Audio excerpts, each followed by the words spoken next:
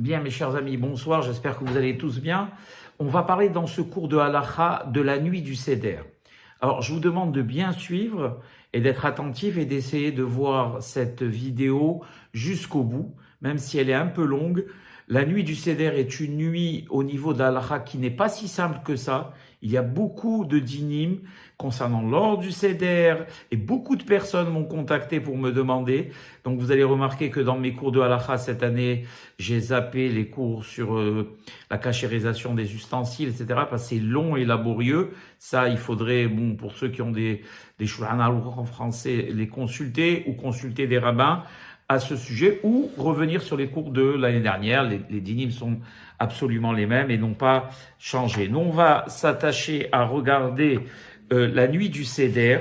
Pour beaucoup de personnes qui ne connaissent pas bien les dynim de la nuit du Seder, et quand ce sera nécessaire, je vous donnerai des explications aussi au sujet des significations des différents aliments que nous consommons pendant cette nuit du Seder. Alors, on va commencer tout de suite par l'ordre que nous a donné Rabbeinu Rashi sur la nuit du Seder, et on le chante d'ailleurs quand on était petit, je me rappelle, on le chantait, c'est on commence par donc Kadesh Urhatz, Karpas Yahatz, Magid Rohtza, Motzi Matzah. Kadesh, on va le voir, c'est le Kiddush. Urhatz, c'est on va se laver les mains sans bénédiction. Karpas, on va manger du céleri. Yahatz, on va couper la matzah du milieu et on va voir comment ça se fait. Magid, on va commencer à lire la Haggadah, c'est d'ailleurs la mitzvah centrale de la soirée, avec Gat Alebincha, et tu raconteras à tes enfants ce que Dieu a fait pour toi quand tes ancêtres étaient prisonniers en Égypte. Rohtza, on va se laver une deuxième fois les mains, mais cette fois-ci en faisant la bénédiction, puisqu'on doit passer à table. Rohtza, Motzi, donc on va faire le Motzi, c'est normal, avant de manger, on fait le Motzi, on va voir comment. Matzah, donc il y a le Motzi, la prière du Motzi, et il y a la prière sur la Matzah, on va voir ça aussi. Maror, donc on va manger les herbes amères ou la laitue, ou les endives, pour ceux qui ne trouvent pas de laitue. Maror, Korer, on va voir, c'est le fameux sandwich qu'on a l'habitude de faire, une feuille de laitue avec des haroset et enveloppé par 2 morceaux de matzah. Shulchan Orech, donc on passe à table, on mange. Safoun, on va donc sortir la ficomane qu'on a cachée et le distribuer. Barer Birkat Hamazon, la fin de la Haggadah avec la deuxième partie du Hallel. Et Nirtza, c'est-à-dire qu'on est Nirtzim, si on a fait bien les choses, on est comme notre l'aile de Seder, elle est agréée par Hakadosh Baruch Hu. Alors on commence. Il faut faire en sorte que notre table soit prête.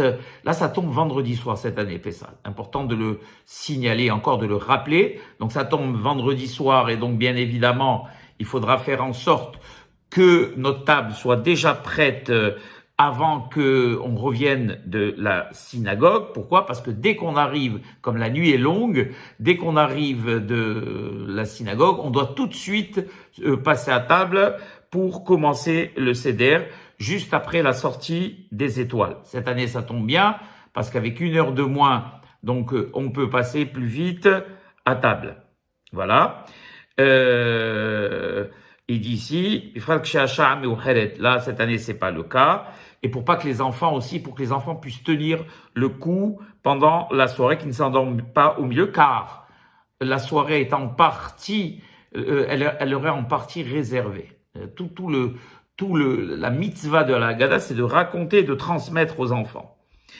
Il dit, Véraoui, bien sûr, de préparer les mets délicieux de viande, de viande animale, de vin, et toutes les belles salades que nos femmes savent faire et mettre à table, avec, bien sûr, les plus belles assiettes que nous avons, la plus belle vaisselle que nous avons, selon les moyens, bien sûr, de chaque personne, pour exprimer notre liberté. Puis cette soirée-là est une soirée où à l'époque du Bnei Israël, c'était une soirée déjà où ils n'étaient plus du tout en esclavage, ils étaient complètement libres, ils ne sont sortis que le lendemain.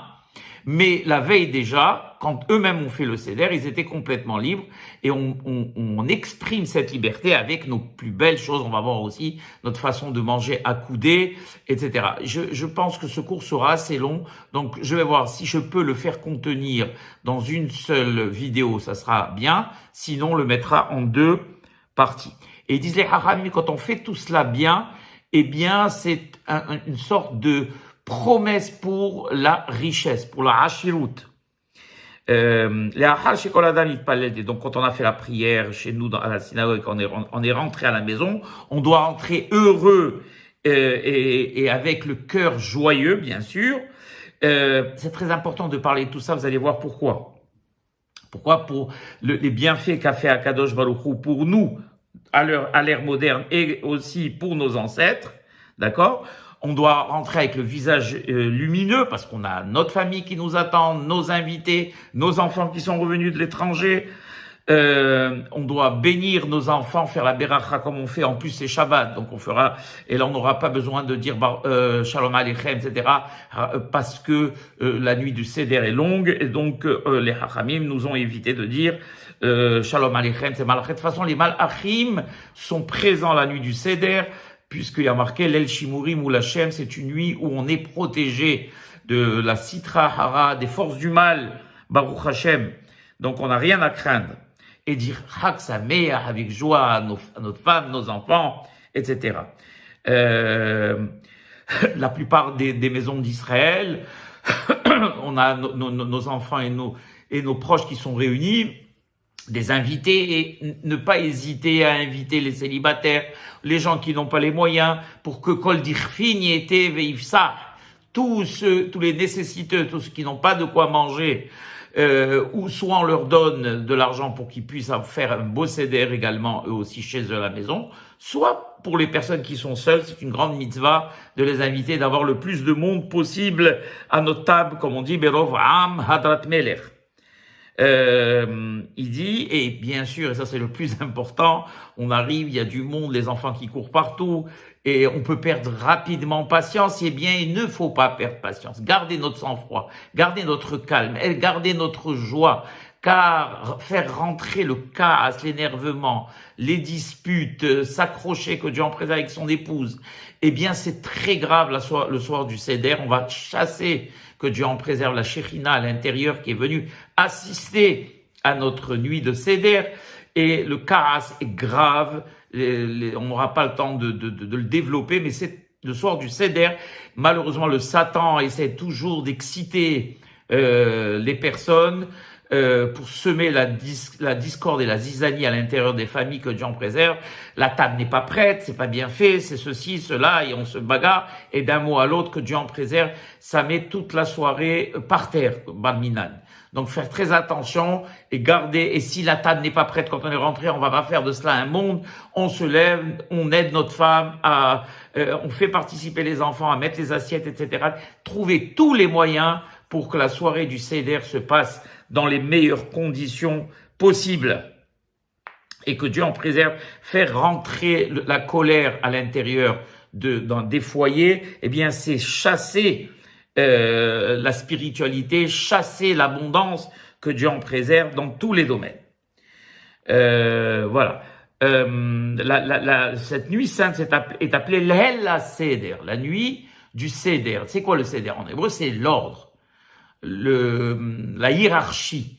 Et donc, ça n'a pas été, on n'a pas donné ce nom pour rien, parce que tout doit être fait dans l'ordre. Et c'est pour cela que j'ai cité en début de cours, l'ordre, quand on chantait cette chanson quand on était petit, Kadeshur Hatz, Karpasia Hatz, Magidrotza, Motimatza, Marok Orech, Shulchan Orech, Tzafun Barech, Halelirza. Voilà, c'est comme ça qu'on peut se rappeler de l'ordre que Rashi HaKadosh nous a donné. On va commencer par Kadesh.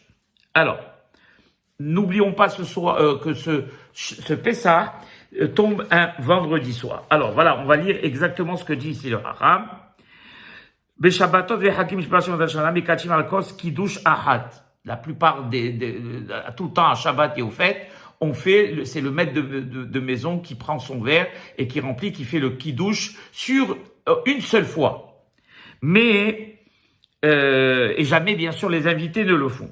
Mais dans la nuit du Seder, on doit mettre un verre devant chaque invité, d'accord, hommes et femmes.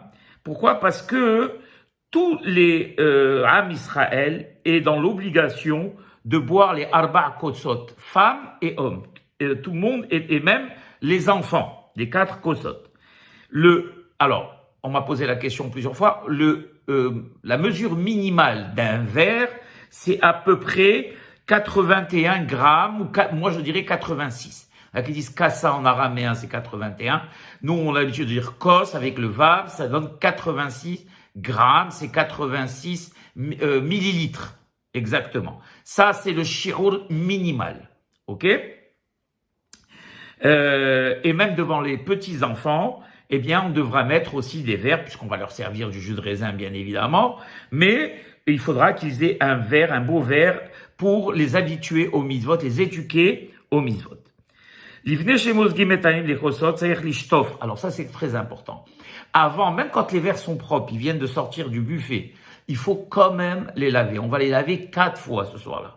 Les laver, les rincer, les essuyer, pour, à chaque fois, quand on a terminé de boire un verre, faire la même chose pour pouvoir verser à nouveau du vin. D'accord? C'est le sod, al-pitra la sod, c'est selon le sod que les hachamim nous disent de faire cela. Et comme cette soirée-là, on doit paraître comme des fils de rois, puisqu'on est des princes libérés, d'accord? Eh bien, on doit se conduire comme tel. C'est pour cela que notre habitude est que, en temps normal, c'est nous-mêmes qui nous servons le vendredi soir ou pendant les fêtes, mais là, c'est chacun qui va servir son voisin. L'épouse qui va servir le mari qui va servir son fils, le fils qui va servir la sœur, etc. Chacun servant son voisin.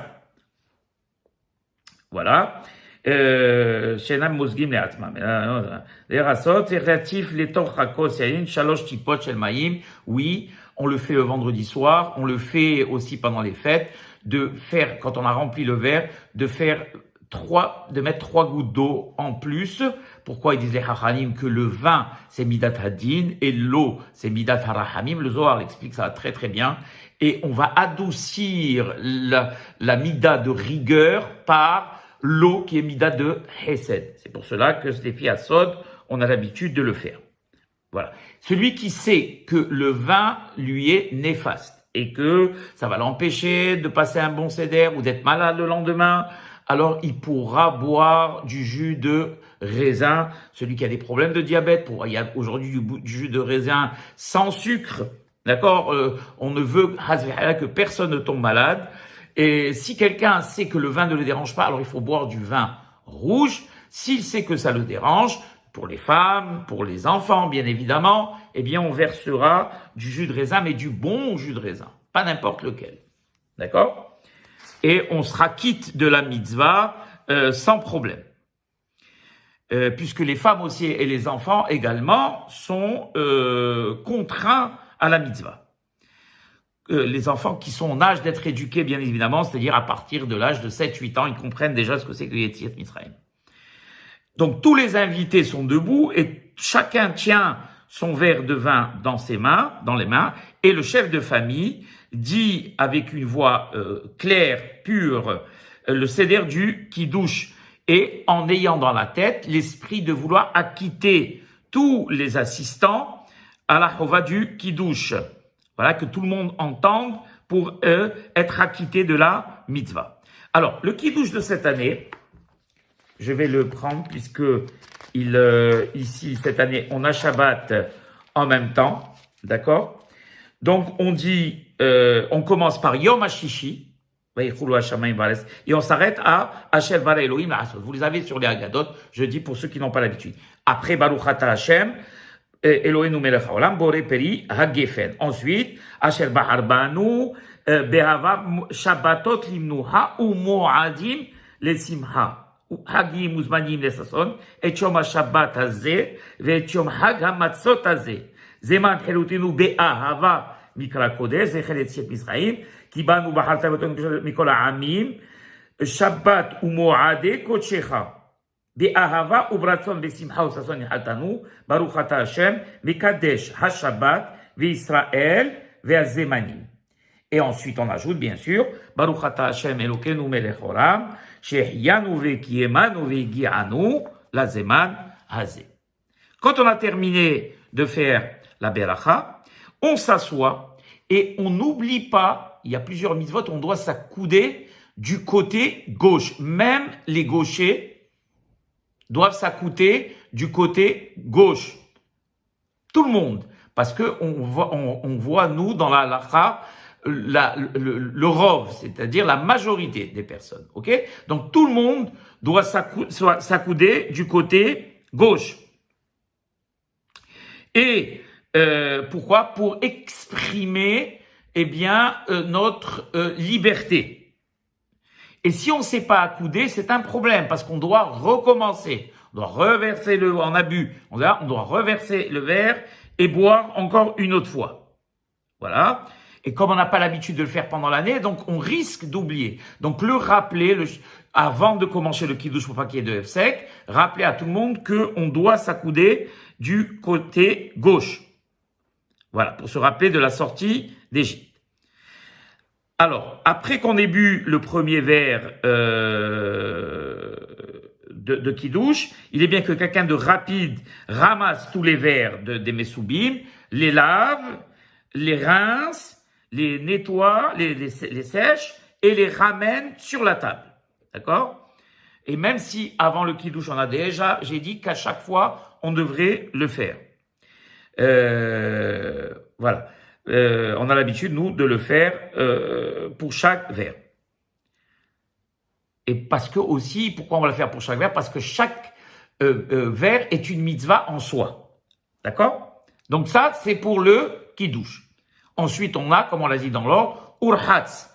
Urhatz, qu'est-ce qu'on va faire? Après avoir fait le kiddush, on va se laver les mains, d'accord? Comme on a l'habitude de faire quand on se lave les mains pour manger, la serouda, d'accord? Donc 3 fois de chaque côté, ok? Et on ne va pas faire de beracha. Pourquoi est-ce qu'on va instituer de se laver les mains? Parce que quelque chose qu'on va manger qui est trempé, en l'occurrence cette fois-ci, dans de l'eau avec du sel, davar shiti boulo bamayim, tikno hachamim, qu'on doit se laver les mains. D'accord? Et c'est pour cela, maïm, batal, badam, etc., etc. On doit, dans le vin, on doit se laver les mains, mais on ne fait pas de beracha. D'accord? On s'est lavé les mains, on n'a pas fait de beracha. Qu'est-ce qu'on attaque maintenant? Karpas, les céleris. D'accord? Chacun des invités prend un morceau de céleri qui est inférieur à kazaït. Kazaït, c'est 35 grammes à peu près. Voilà. 35 grammes, c'est le bon shiur. D'accord? C'est le shiur qui est, pour la plupart des décisionnaires, qui donne raison à ceux qui voient gros et qui donne raison aussi. On est dans le bon shiur. 35 grammes. D'accord? On prend chacun donc le karpas, si on le trempe dans de l'eau et du sel. Et on va tous dire la beracha, Baruch ata Hashem Elokeinu melech olam, Boré peri ha'agdama, et on mange le karpas, d'accord? Et on pense en même temps à aussi nous exempter de la beracha qu'on doit faire par la suite, qu'on va manger le maror. On n'aura pas besoin de dire, encore une fois, Boré peri ha'adama. Voilà. Et bien sûr, on n'a pas besoin pour le karpas de s'accouder du côté gauche. Alors, on va expliquer pourquoi, une des raisons pour lesquelles on trempe le karpas dans de l'eau, d'accord? Pour pousser les enfants à poser des questions, puisque toute la soirée repose sur eux. Qu'on les pousse à poser des questions. Pourquoi on s'est lavé les mains, on n'a pas fait la belacha? Pourquoi on trempe le karpas dans de l'eau et du sel?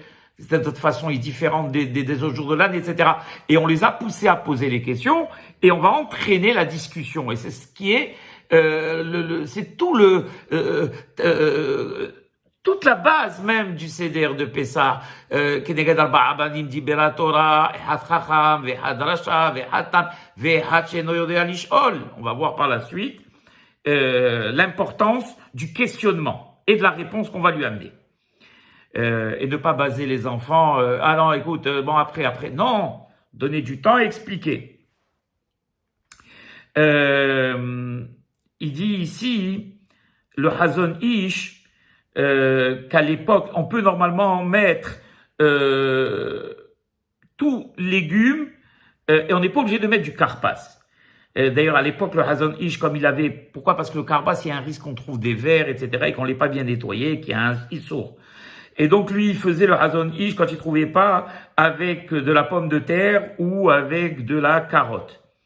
Mais il dit une très belle chose. Il dit il y a quelque chose, un genre d'indice en mangeant du karpas. Quand vous prenez karpas, il y a chaf, resh, pe, samer. C'est les lettres parer, samer. Parer, c'est travaux forcés. Samer, c'est 60. C'est shishim ribo, les 600 000 hommes du Ham Israël entre 20 et 60 ans qui ont travaillé parer avec dureté et en esclavage en Égypte. Donc pour se rappeler de cela, le mot karpas chez nous, on le voit aussi même à Rosh Hashanah. On a par exemple la kara'a qui est la courge, les kroa gzar dinenu, les shumshemin, shirbu, zachiotenu ka shumshemin. Et bien là aussi, le karpas, c'est aussi dans cet esprit. Et il y a encore un autre remez. Vous savez que si Yaakov est descendu en Égypte et quand l'esclavage a commencé, c'est parce que Joseph a été vendu. D'accord?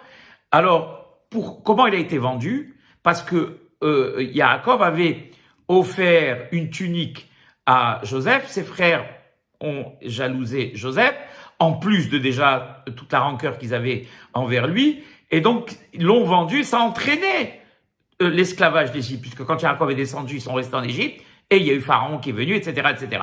Et donc, quand vous prenez les lettres, il le dit bien ici, karpas, c'est machar. Vous prenez karpas, d'accord? C'est chafresh, pesamer.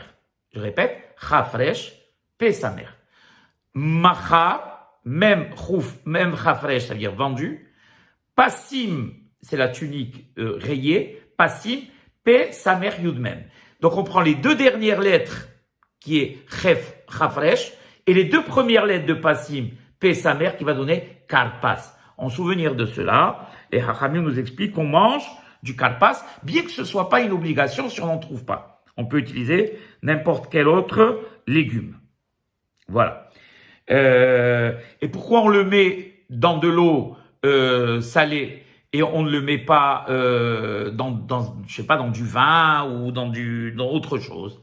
Ils disent les Hachamim que vous savez que le Korban Pessah, l'agneau pascal, l'étranger, donc le non-juif, n'avait pas le droit de le manger. C'est un Korban spécial, saint, qu'il n'y a que Kolzar, lo yochal mimenu. Tout étranger, donc tout non-juif n'avait pas le droit. Pour être juif, donc, et le Bnei Israël était Arel, Kol Arel, lo yochal bo. Tout non-circoncis n'aura pas le droit de le manger. Et comme malheureusement la plupart des juifs n'étaient pas circoncis, donc une grande partie s'est circoncis après dans le désert, eh bien, ils ont été obligés de se faire circoncire. Ils se sont fait circoncire. Vous savez qu'il y a 2 étapes pour devenir juif. Après la circoncision, il y a le mikvé. D'accord? Et donc, après la circoncision, ont tous été se tremper, 600 000 ont été se tremper dans le Nil, et l'eau est devenue, comment dirais-je, impure et trouble.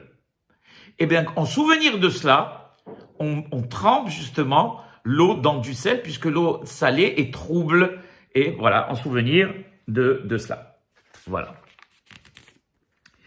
Et une chose importante, dans le sod, vous savez, il y a plusieurs degrés dans le seder.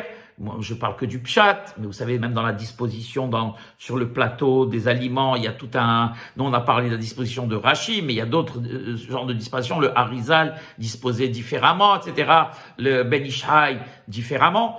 Mais si vous voulez, il y a une chose où lesquelles on est unanime. Quand vous allez prendre, par exemple, du karpas, ou vous allez prendre du maror, faites en sorte de laisser toujours quelque chose un petit peu dans l'assiette de maror ou de karpas pour que le plateau soit toujours plein de tous les aliments pendant tout le seder. Voilà, rappelez-vous de ça.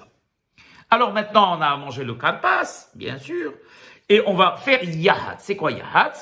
Donc, on va prendre, avant de commencer à lire la Haggadah, on va prendre donc les 3 matzot qu'on a sur le plateau, ok?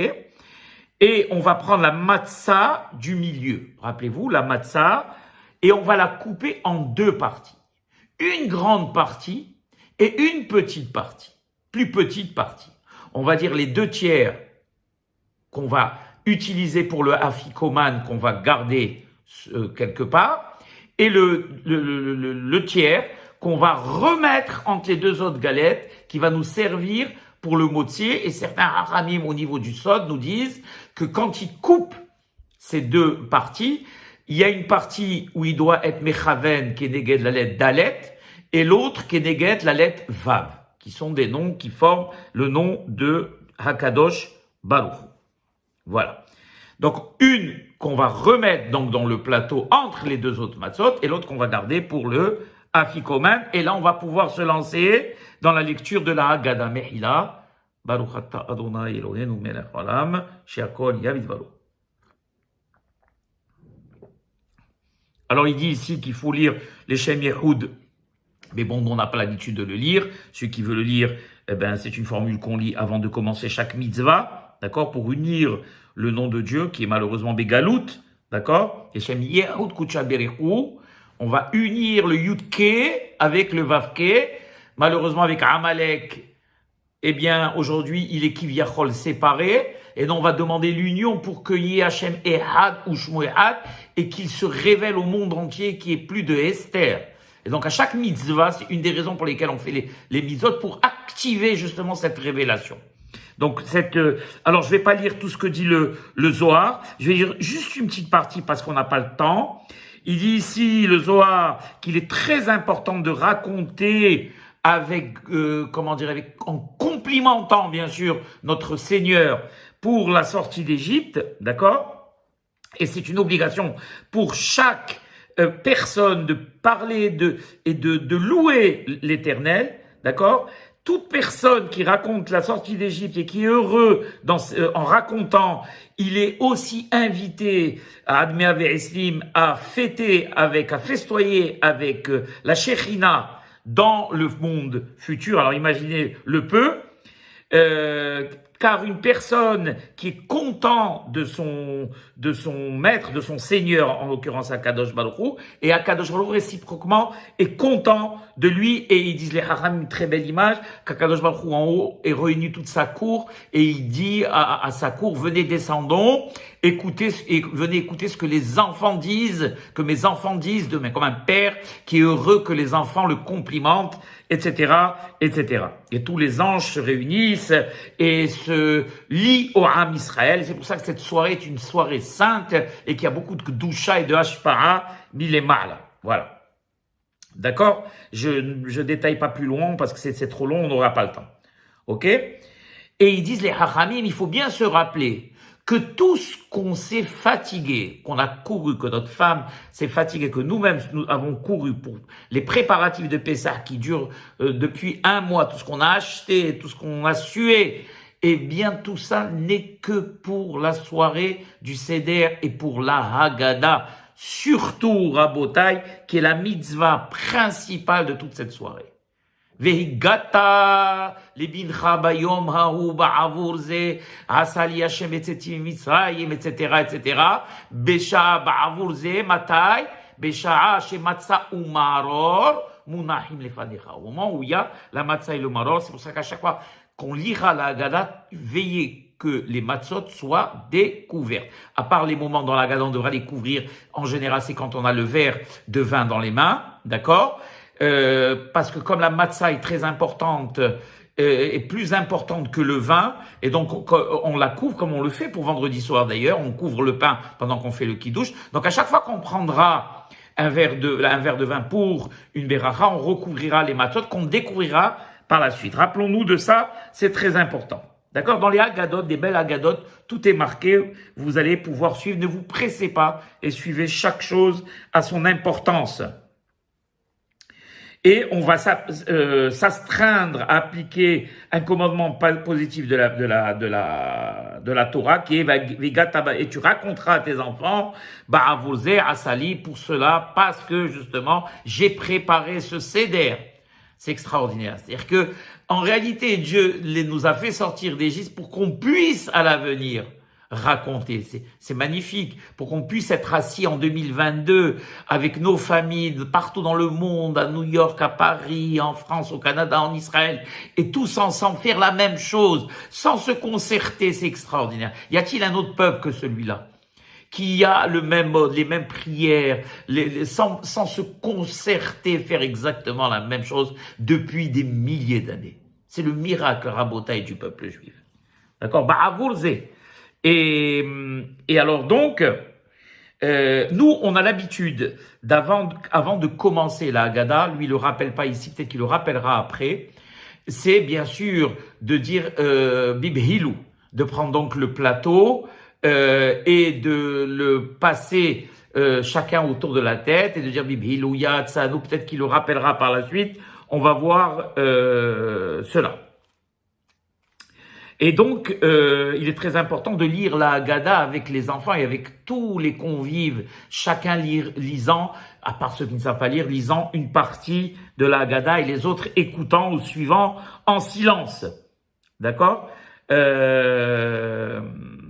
Il dit, et c'est bien que le chef de famille prépare avant cette soirée magnifique, des nouveautés, des histoires qui sont pas bien sûr marquées dans la Haggadah, sur des explications sur ce qui s'est passé en Égypte, des détails et pour exciter la curiosité et faire tenir les enfants.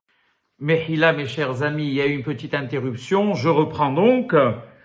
Et donc, voilà, de préparer des petits morceaux d'explications, pas trop longs parce que la nuit est déjà assez longue. Voilà. Et quand un enfant est excité, on a excité sa curiosité et il pose une question, tout de suite sauter sur l'occasion magnifique qui nous est donnée pour lui répondre et enchaîner, comme je l'ai dit en début de cours, dans la discussion. Pourquoi? Parce que le but dans Vehigata Levinra, et tu raconteras à tes enfants, c'est de les pousser à questionner et que nous on lui réponde.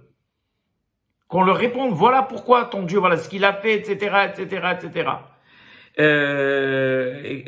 Ils disent ici, les Hachamim dans Masechet, pardon, dans le traité de Psahim, et le questionnement est tellement important quand, par exemple, il y a un Hacham avec son fils, c'est le fils qui pose la question au Hacham. Et s'il n'est pas Hacham, c'est sa femme qui lui pose la question. Et si il y a personne, il est tout seul, eh bien, il se pose la question lui-même. C'est incroyable, il se pose lui-même la question. D'accord? Et même deux Talmidei Hacham, ils connaissent toutes les halachot de Pessah, connaissent toute l'histoire de... D'ailleurs, on l'a vu. מעשה ברבי אליעזר ורבי יהושע ורבי אלעזר בן עזריה ורבי עקיבא ורבי טפות שהיו מסובים בבני ברק, etc., etc., קולותיו הלילה עד שבאו תלמידיהם. Ils sont restés toute la nuit alors que c'est des Tanaïm Kedoshim. Ils connaissaient toute la Haggadah et tous les Pirushim et le Sod de la Haggadah. Et pourtant, ils étaient toute la nuit à parler, comme la marbe les saper, bitziat mitzrayim areze meshuvah. Pessah veut dire en hébreu paix, bouche, ça parle et raconte. C'est la seule nuit où les Hachamim nous ont autorisé à parler et à raconter. Bien sûr, pas de Dvarim Hazve'el la Betelim, que des choses de Torah. C'est le seul langage excessif, le seul dibour excessif que les Hachamim ont autorisé. Parce qu'en général, les Hachamim nous demandent d'être très avares. Parce que malheureusement, parler beaucoup amène que Dieu en préserve à la faute et surtout à dire des bêtises. Mais parler de Torah, il n'y a pas de contradiction, c'est sans modération. Il n'y a pas de problème. Et alors, il y a marqué, Vesheno Yoda Alishol, et quelqu'un, par exemple, qui sait pas, le pauvre, qui n'a pas de notion, at petahlo, elle dit la Haggadah. Ça veut dire, provoque-le, toi. Provoque-le pour qu'il pose la question. Voilà. C'est extraordinaire. Chokhma en hébreu, ça veut dire, si vous prenez les lettres de Chokhma, Het, Chaf, Mem, He, vous avez Koach, Ma, la puissance du questionnement. Donc la Chokhma, le principe même de la Chokhma, c'est quoi? C'est la puissance de savoir poser les bonnes questions. Voilà. D'ailleurs, tout le Talmud repose sur ça d'ailleurs. C'est les pilpulim, les questionnements, réponses, questions, réponses. Ici, donc c'est ce que j'ai dit tout à l'heure. On a l'habitude que chacun, homme, femme, enfant, tout le monde lit un morceau et une partie de la Haggadah, un pérec à lui. Voilà, et donc ça c'est très important pour impliquer tout le monde, que chacun ait une belle Haggadah devant lui, avec de belles illustrations, etc., pour réjouir les personnes qui lisent et les pousser à poser des questions. Donc nous, on a l'habitude de dire, j'ai dit, il le dit ici maintenant, puisque c'est un hacham marocain, Zechat Tzaddik Kadosh Bercha, c'est le Rav Yoram Michael Abergel, qui le ramène ici, il dit, Bivhilu yatzanu mitzrayim, Bivhilu yatzanu mitzrayim, Bibhil, on le dit plusieurs fois, et après on dit Bibhilu yatzanu mitzrayim, halachma anya bene horim. On va reposer le plateau et on va découvrir les matzot et on y va halachma, tout le monde en même temps. En général, halachma anya, tout le monde le dit halachma anya diachalu avatana. Ce pain de misère qu'ont mangé nos ancêtres, be'ara de mitzrayim, kol dirvin était veichol, kol ditzrich yete veifsah. Les deux points plus importants, la solidarité. On commence Pessah par la solidarité. Kol dirvin, tout affamé qui viennent manger, kol ditzrich, tous ceux qui sont dans le besoin viennent passer les fêtes avec nous.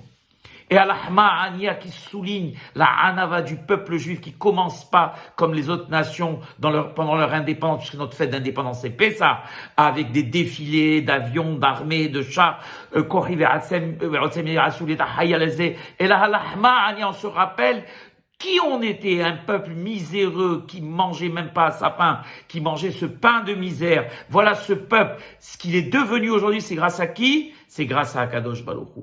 Grâce au Hesed, il y a la bonté d'Akadosh Baruch Hu. C'est comme cela. Comme il disait Hachamim, Mathilim bignai, Umsaimim bishvah. On va voir aussi après, Avadim, Hayunu le Paro ben Mitzrayim, et ensuite, Avde Avodazara, Hayu Avotenu, à l'époque, etc., où on commence pour justement exacerber la situation miséreuse dans laquelle on était, plus on l'exacerbe, et plus quand on la compare à la liberté dans laquelle nous nous trouvons, on est maudit, et on loue Akadosh Baruch Hu pour sa bonté et la promesse qu'il a tenue en nous faisant, à Abraham, en nous faisant sortir de Eretz Mitzrayim.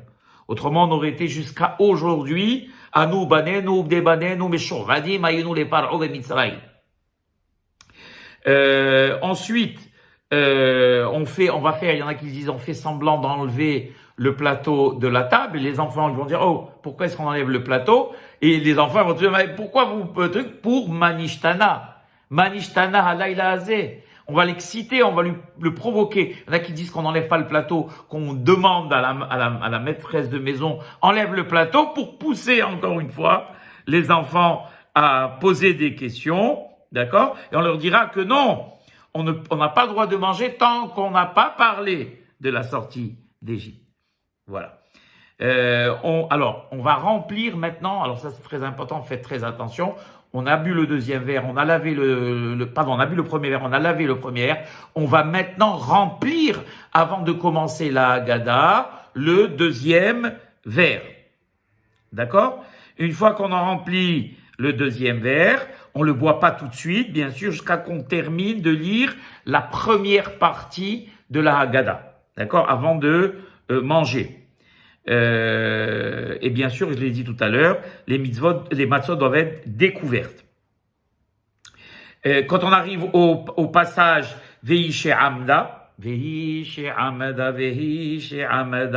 on doit recouvrir. Pourquoi? Parce qu'on va prendre notre verre c'est un keta, un morceau très important, Veishe Amda.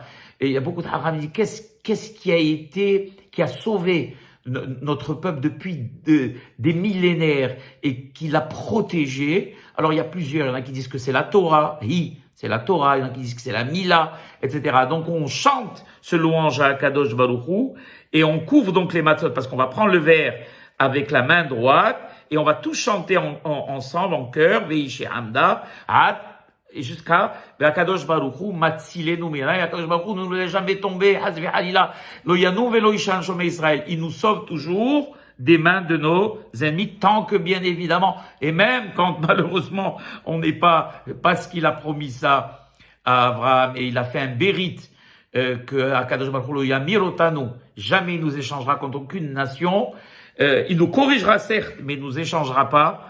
Eh bien, tant qu'on continuera à être proche de lui, à suivre ses commandements, à faire ses mitzvot et à le louer comme on le loue la soir du Pessah, eh bien, Kadosh Baruch Hu, Matzilenu miyadam, il nous délivrera toujours des mains de nos ennemis. Et quand on a terminé, on redécouvre encore une fois les galettes. Alors, on va arriver au passage de là où on va parler des plaies. Alors, soyez attentifs.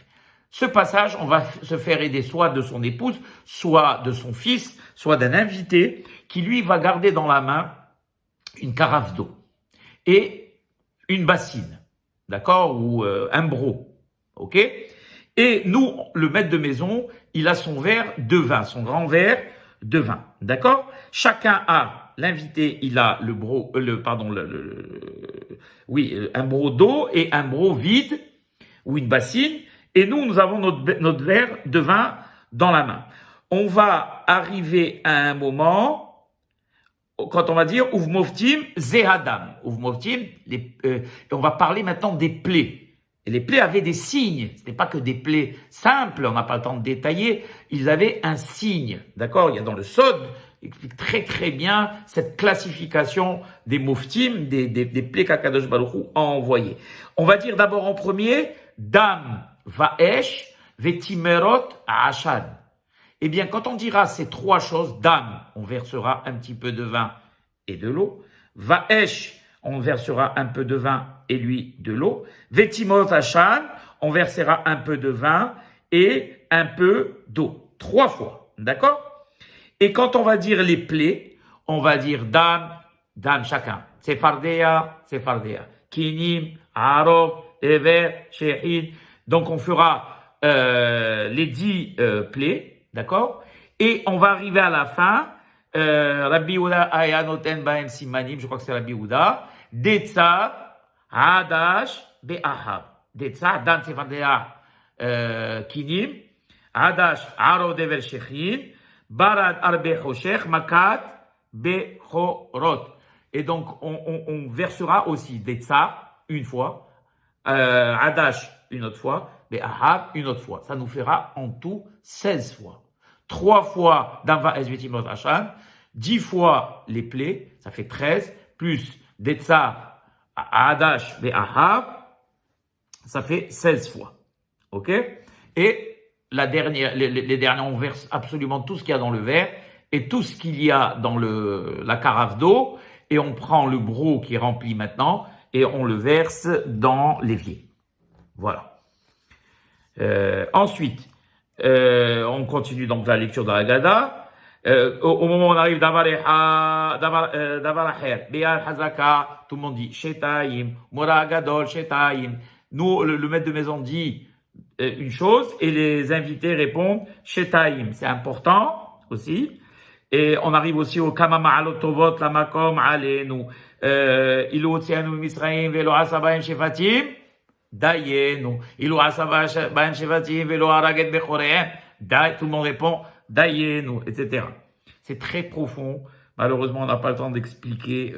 On arrive aussi au morceau, il y a marqué Rabban Gamliel Haya Omer. Tout le monde répond. Qu'est-ce qu'il était en train de dire? Qu'est-ce qu'il disait Rabban Gamliel? Pessah, matzah, ou maror. Quand on dit Pessah, Shayu Avoten Ochlim, on regarde, on découvre et on regarde le morceau donc de mouton qu'on a préparé, d'accord? Il y en a qui le font griller, il y en a qui le font bouillir, ok? Et on ne doit pas le manger, on a l'habitude de le manger, nous, que le lendemain, puisque nous, on a 8 jours, on a 2 jours de Seder, donc on le mangera, on le donnera, il y en a qui le donnent à manger avec l'œuf, au Bechor, et n'importe qui peut le manger, mais on ne mangera pas le soir du Seder, pour que le plateau soit toujours plein. En Eretz Israël, eux, ils le mangent le lendemain, puisqu'ils n'ont qu'un soir. Pesach Shelo Avotenu Ochlim, donc on regarde le morceau par contre, on dit matzazou, là on prend la matzah du milieu, qui est entre les deux, et on la montre matzazou Shanu Ochlim, al-shuma, etc., etc. Voilà.